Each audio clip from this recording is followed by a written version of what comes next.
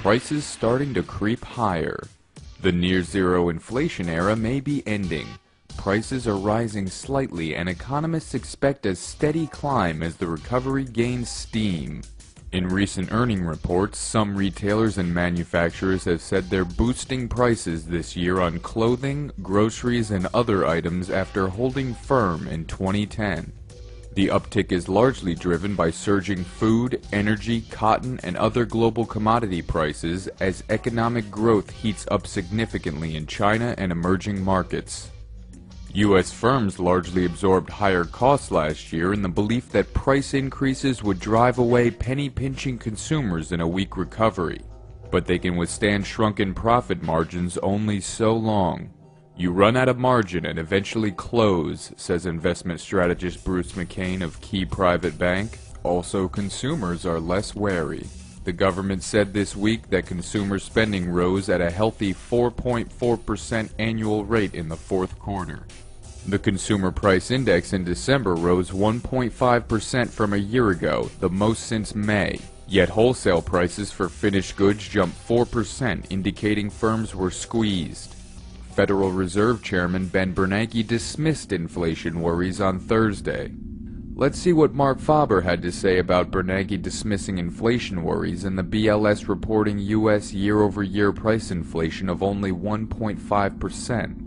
Are you concerned about rampant inflation? And I use the word rampant because we're dealing with high levels of inflation in many places and dealing relatively well for the time being with it. I mean, in Russia now, 6 to 7%? I'm not sure about that because I have a very large subscription base and I ask my readers, whoever thinks that his cost of living is going up by less than 5% per annum to please send me an email. I didn't get a single email. And I guarantee you also for your family and for every family in the US, the annual cost of living increases are more than 5% today. And the Bureau of Labor Statistics is continuously lying about the inflation rate, including Mr. Bernanke. He's a liar. He's a liar. Inflation is much higher than what they publish. Bond market flashes inflation warning. The U.S. bond market has begun sending a message that inflation risks are rising and the Federal Reserve may be too slow to act, potentially marking a significant turning point in the economic recovery. In the past week, Treasury bond yields have jumped to their highest levels since last spring. Yields on 10-year Treasuries surpassed 3.5% and 30-year yields broke through 4.7%, which makes some worry this could mean rates will march even higher. Long-term rates have been gradually moving higher in response to an improving economy and rising commodity prices. But in recent days, the increases in yields accelerated. A move many say is due to the worry that the Federal Reserve may be underestimating inflationary pressures in the economy and may act too slowly to tame them. Inflation is bad for bondholders, eroding the value of their fixed returns and sending the prices of their bonds lower. Canadian dollar drives to 2.5-year high on jobs data. The Canadian dollar hit its highest level against the US dollar since May of 2008 on Friday, while bond prices held lower after a US government report showed employment rose far less than expected in January. Stronger than expected Canadian job gains for January underpinned the Canadian dollar's climb to as high as 98 cents to the US dollar. At 9:27 a.m., the Canadian currency was at 98 cents to the US dollar, still firmer than Thursday's North American session close at 99 cents to the US dollar. U.S. employment rose by a meager 36,000 jobs in January, far less than the 145,000 increase the market had expected. But the employment rate fell to its lowest level since April 2009. Although it was reported that employers added 36,000 jobs for the month, if you take out the upward biases used by the BLS as part of the birth-death model, over 50,000 jobs were lost for the month.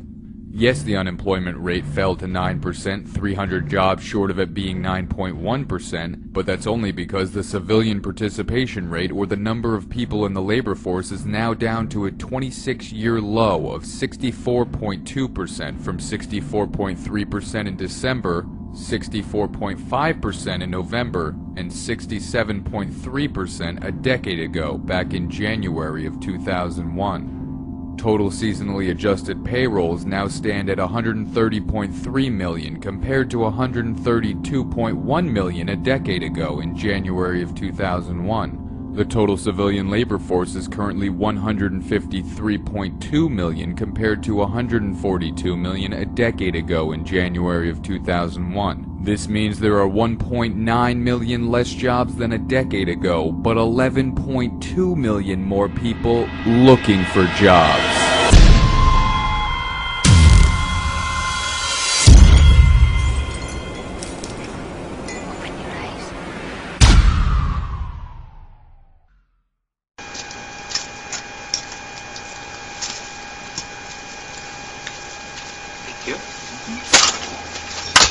If you do me a favor, Yes. would you empty that till for me, please? Put it right here.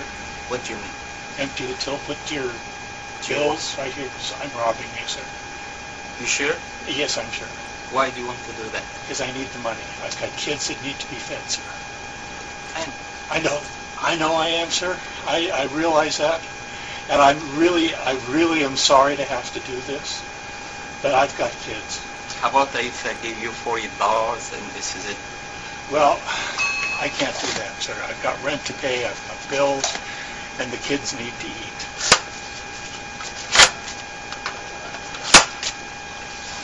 Thank you very much. I appreciate it. And I really am sorry, and if I ever get back on my feet again, sir, I'll bring it back.